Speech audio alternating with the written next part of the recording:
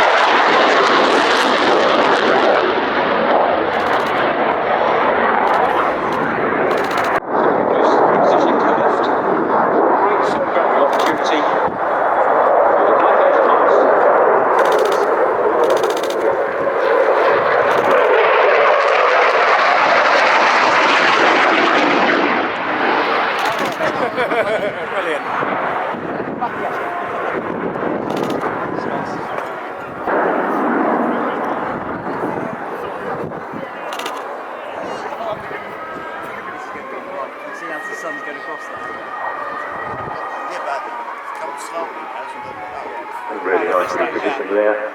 Leading speed back from 400 knots, reducing all the time down to about 120. A 45-degree entry, followed by a right turn to parallel the cloud line for slow speed pass.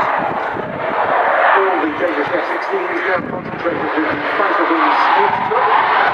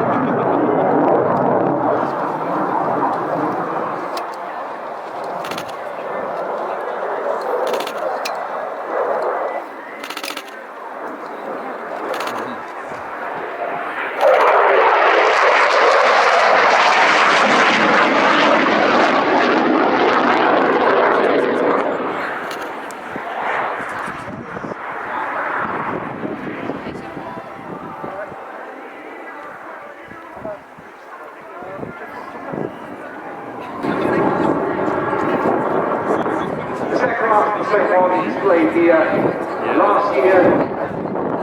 Marking the 40th anniversary last year of the making flight of the first prototype F-16. There are different designs on the top and bottom. The top side's designed to show the impression of speed. The underside's a diving falcon.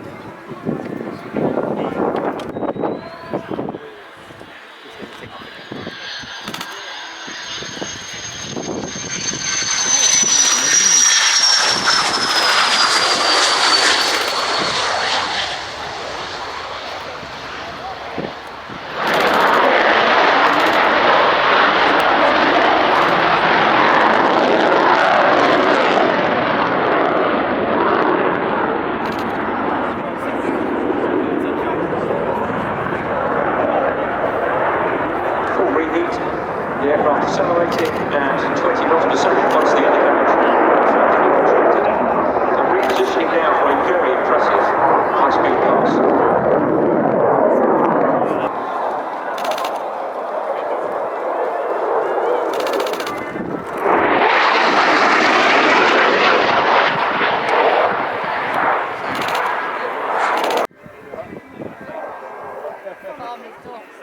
It's time for the wing and cross.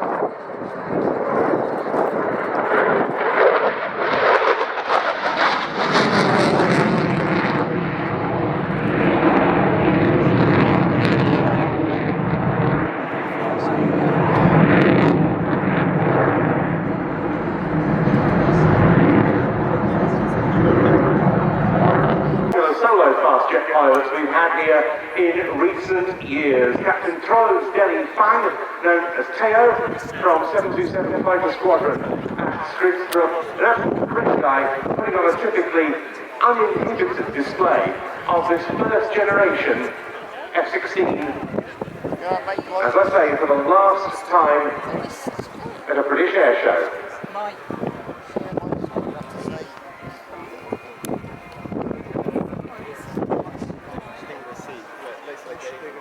Got the fire truck back.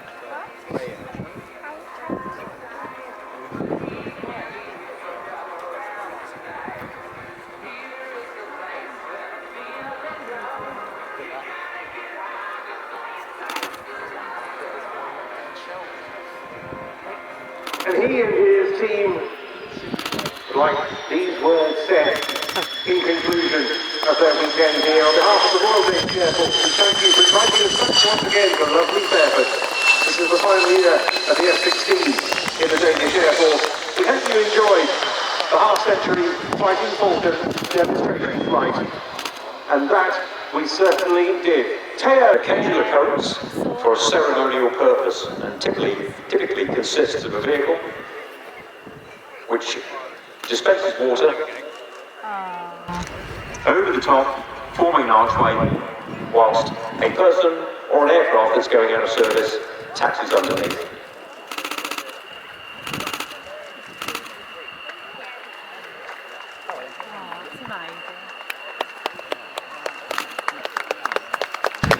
And thank you, Teo, once again for a brilliant conclusion to our air show and the 3 fantastic days during which we managed to get in pretty much everything we hoped to. Yesterday at the RIAT's new wedge-tail HW, and we could go on and on and on. Well, let's see if we can summarise it in some way. RIAT 2025, the theme, Eyes in the Sky. It's at 2010. We also celebrated 40 years at RAF Fairford. We also looked ahead to the 85th anniversary of the Battle of Britain. We had others, but also in the static. Also in the static arm, we were looking ahead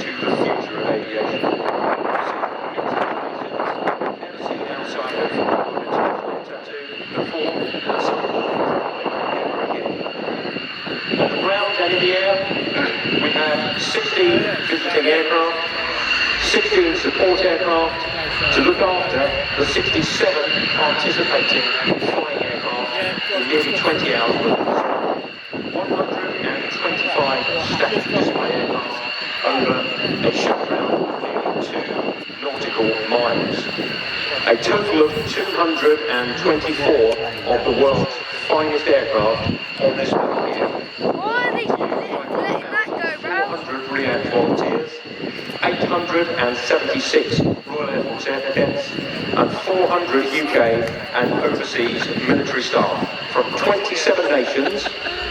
And for the first time, we welcomed the Egyptian Air Force, making them the 59th participant of the Royal International Air Tattoo.